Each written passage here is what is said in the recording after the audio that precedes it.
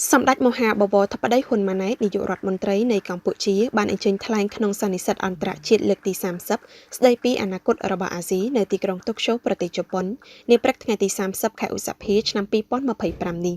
ថ្លែងក្នុងវេទិកានីកេស្ដីពីអនាគតរបស់អាស៊ីលើកទី30ក្រោមប្រធានបទបញ្ហាប្រឈមរបស់អាស៊ីនៅក្នុងពិភពលោកដ៏ច្របូកច្របល់សម្ដេចបវរធិបតីហ៊ុនម៉ាណែតបានថ្លែងថាអស់រយៈពេលជាង30ឆ្នាំកន្លងមកនេះវេទិកានីកេមិនត្រឹមតែបានតាមដានអំពីការរីកចម្រើនរបស់អាស៊ីប៉ុណ្ណោះទេប៉ុន្តែវេទិកានេះក៏បានចូលរួមចំណែកដល់ការរីកចម្រើនរបស់អាស៊ីតាមរយៈការដើរតួនាទីជាវេទិកាដ៏មានប្រយោជន៍មួយសម្រាប់ការឆ្លុះបញ្ចាំងនិងពិភាក្សាលើបញ្ហាប្រឈមដែលអាស៊ីកំពុងជួបប្រទះវេទិកានេះក៏ផ្ដល់នូវការពិចារណាស៊ីជម្រៅអំពីវិធីសាស្ត្រដែលអាស៊ីគួរសម្របខ្លួននិងដោះស្រាយបញ្ហាប្រឈមទាំងអស់នេះសម្ដេចបវរធិបតីបញ្ជាក់ថាប្រធានបទសម្រាប់ឆ្នាំនេះបញ្ហាប្រឈមរបស់អាស៊ីនៅក្នុងពិភពលោកដ៏ច្របូកច្របល់គឺមានភាពចាំបាច់និងទាន់ពេលវេលា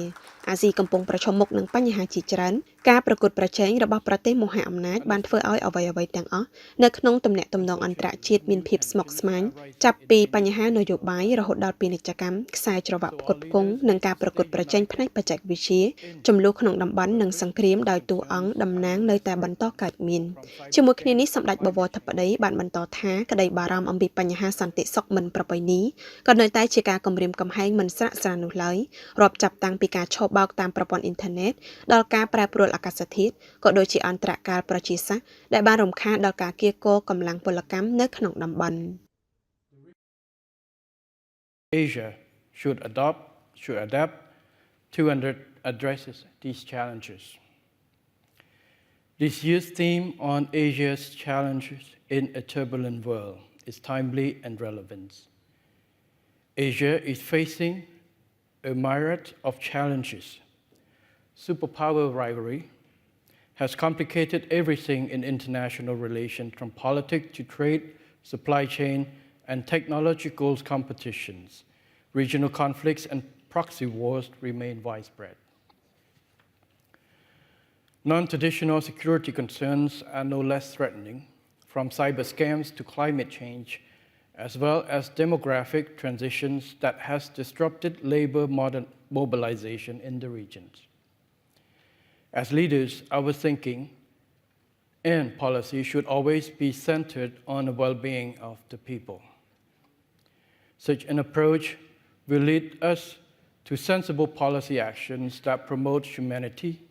interconnection between people, and sustainable environment for all. Here I would like to focus on three major concerns which have significant repercussions on international relations and ultimately on our daily lives. First, on territorial conflicts. Compared to other regions, Asia is relatively peaceful, stable, and prosperous, at least for the moment. Unfortunately, new tensions are rising in many traditional flashpoints. So our leaders need to stay united in purpose, strategic vision, and steadfast in collective actions.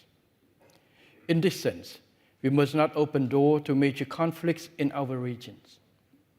By reinforcing preventive diplomacy, respect for international law and Charter of the United Nations, as well as shared commitment to peace, stability, and prosperity. Second, on trade war. The trade war undermines a free, open, inclusive, and rule-based multilateral trading systems. Countries lacking bargaining power are suffering the most,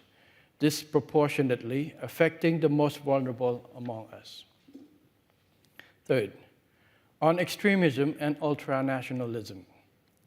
These dangerous phenomena are becoming a worrying trend, further complicating the two above points of concern I just mentioned. Some politicians are betting on extremism and ultranationalism in the quest for power. Such dangerous practice is likely to cause division, disruption, decoupling, confrontation, and disorder in our society. Bearing in mind that people come first, I would like to share with you lessons learned based on Cambodia's experience. In Cambodia, we put peace above all else. It took Cambodia 30 years to end our past war. Based on this experience, it is imperative to protect existing peace rather than to restore the peace that has already been lost. All leaders share common responsibility not to put their countries and people into a situation of war and not to provoke wars or chaos that could jeopardize peace. In the current situations, Cambodia is taking 3 actions to maintain peace and people-centered development. First, sectoral industry readjustments. Trade war does not impact all sectors. For the impacted sectors, we should try to readjust their supply chain and market destinations. In the process,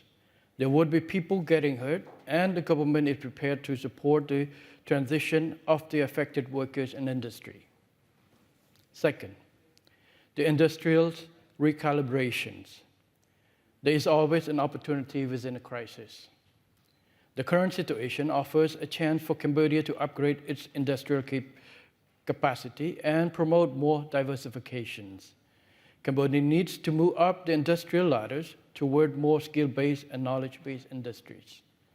In this connection, the government has implemented actively on the automotive and electronic sectors development roadmap to attract investment in these 2 sectors.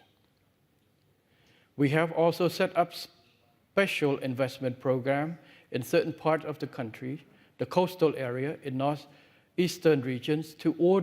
in order to promote industries that we have competitive advantage, for example, agro-processing, to encourage backward linkage and to attract higher value-added industries. Moreover, we fully understand that industrial leaders in Cambodia need to make sure that more contents are originated from Cambodia. The ideas from a production should also come from Cambodia, and Cambodian industrialists should try to become producers and manufacturers too. Cambodian businesses, communities must engage in the productions to ensure industrial recalibrations, industrial linkage with global value chain, and eventually ensure the resilience of Cambodia industrial power and workforce. Time to act is now, and the government will try to support as much as we can the gradual engagement of Cambodian-owned businesses into the production chain. To that end, we also need support from our government, from our foreign partners, because we are in the same boat in trying to give more substances to the label Made in Cambodia. Third, revitalizing multilateral trade and deepening regional integrations.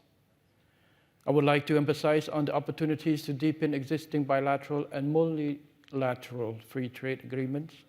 as well as to explore new ones. Under pressure, countries will see their unity strengthened to withstand the effects of tariff.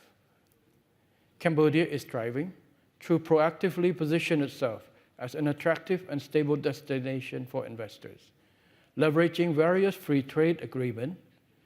the Regional Comprehensive Economic Partnership, or RCEP,